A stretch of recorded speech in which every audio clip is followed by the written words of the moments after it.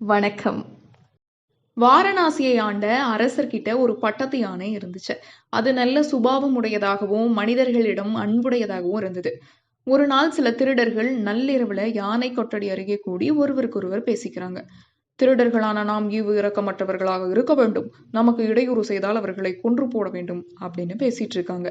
இவ்விதம் கள்ளர்கள் நாள்தோறும் அங்கே வந்து பேசுவதை பட்டத்து யானை கேக்குது.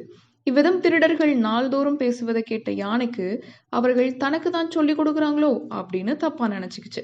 ஒரு நாள் பாகன் அதன் அருகே போன போது அவனை தன் துதிக்கையால பற்றி தரையில அடிச்சு கொன்னு போட்டுருச்சு. தொடர்ந்து பல பாகர்களை கொன்னு போட்டுச்சு. அதன் கொடுமைக்கு ஆளான பாகர்களின் உறவினர்கள் அரசர்கிட்ட போய் முறையிடுறாங்க. நல்ல விதமாக இருந்த யானை ஏன் இப்படி நடந்துக்குது? ஒருவேளை அதற்கு மதம் பிடித்து விட்டதோ அப்படின்னு அரசர் நினைக்கிறாரு.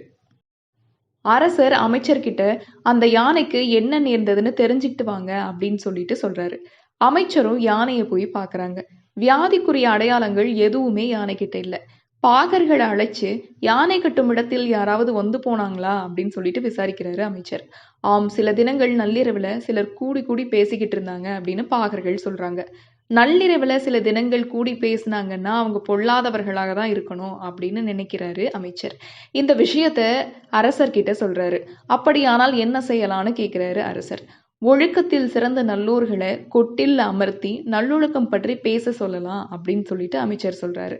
நல்லவங்களை கூட்டிட்டு வந்துட்டு யானை கொட்டடியில் அமர்ந்து நன்னடத்தையை பற்றி சில தினங்கள் வந்து பேச சொல்றாங்க. அவங்களும் அதே மாதிரியே பேசுறாங்க. யாரையும் துன்புறுத்தக்கூடாது, யாரையும் கொல்லக்கூடாது, எல்லாரிடமும் அன்போட பழகணும் அப்படின்னு பேசுறாங்க. தொடர்ந்து அவர்கள் கூறிய நல்லுரைகளை சில தினங்கள் கேட்டுக்கொண்டிருந்த யானை தனக்கு தான் இவர்கள் சொல்றாங்க அப்படின்னு சொல்லிட்டு பழைய சுபாவப்படியே மாறிடுது. அரசர் இப்படி யானை எப்படி நல்லதா மாறிடுச்சு அப்படின்னு சொல்லிட்டு அமைச்சர்கிட்ட கேட்கிறாரு. அமைச்சர், அரசே, எப்போதும் எல்லோரும் நல்லுரையே பேச வேண்டும் என்று பெரியோர்கள் சொன்னது இதற்குதான்.